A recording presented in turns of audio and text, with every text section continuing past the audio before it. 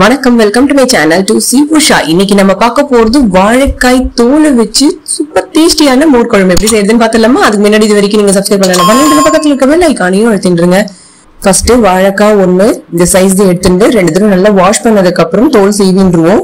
இந்த தோல் கருக்காம இருக்கிறதுக்கு ஒரு கிண்ணத்துல தண்ணி எடுத்துட்டு 1 ஸ்பூன் அளவுக்கு தயிர் கலந்துட்டு அதெல்லாம் இதை போட்டு வச்சுருவோம். இப்போ அடுப்புல கடாய் வச்சுட்டு 1 ஸ்பூன் அளவுக்கு தேங்காய் எண்ணெயை விட்டுண்டு ஒரு வெங்காயம் புதுசா நறுக்கிண்டு சேர்த்துண்டு வதக்கின்றோம். கொஞ்சம் வெங்காயம் வதங்கினதுக்கு அப்புறம் வாழைக்காய் தோலை சேர்த்துண்டு 1 நிமிஷம் மீடியம் ஃபிளேம்ல அப்படியே வதக்கிக்கலாம். 1 நிமிஷம் எடுத்து அடுப்பு ஆஃப் பண்ணிடலாம். இப்போ மிக்ஸி ஜார்ல 3 டேபிள் ஸ்பூன் அளவுக்கு தேங்காய் சேர்த்துக்கலாம். 1/2 ஸ்பூன் மிளகு, 1/2 ஸ்பூன் சீரகம், 2 பச்சை மிளகாய் சேர்த்துக்கலாம். வதக்கி வச்ச வாழைக்காய் தோலை சேர்த்துருவோம். கொஞ்சோண்டு தண்ணி விட்டு நைஸா அரைச்சி எடுத்துன்னு வந்துருவோம். அரைச்சின்னு வந்தது இப்படி இருக்கும். இத ஒரு கிண்ணத்துல டிரான்ஸ்பர் பண்ணின்றலாம். கொஞ்சோண்டு தண்ணி விட்டுருவோம்.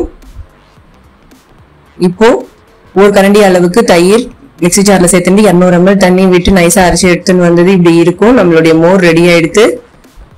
இத அதே கிண்ணத்துல டிரான்ஸ்பர் பண்ணிடுவோம். 1/2 ஸ்பூன் மஞ்சள் பொடி, உப்பு 3/4 ஸ்பூன் அளவுக்கு சேர்த்துட்டு எல்லாத்தையும் நல்லா கலந்து விட்டுருவோம்.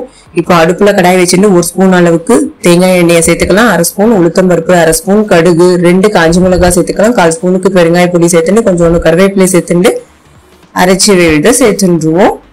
இது எல்லாத்தையும் நல்லா கலந்து விட்டுருவோம். லோ ஃபிளேம்ல 3 நிமிஷம் அப்படியே கொதிக்க விடுவோம். 3 நிமிஷம் எடுத்து அடுப்பு ஆஃப் பண்ணிடலாம். கொத்தமல்லி தழைகளை தூவின்றலாம். வாழைக்காய் காயில என்னென்ன சத்துக்கள் இருக்கோ எல்லா சத்துக்களும் தோல்லையும் இருக்கு.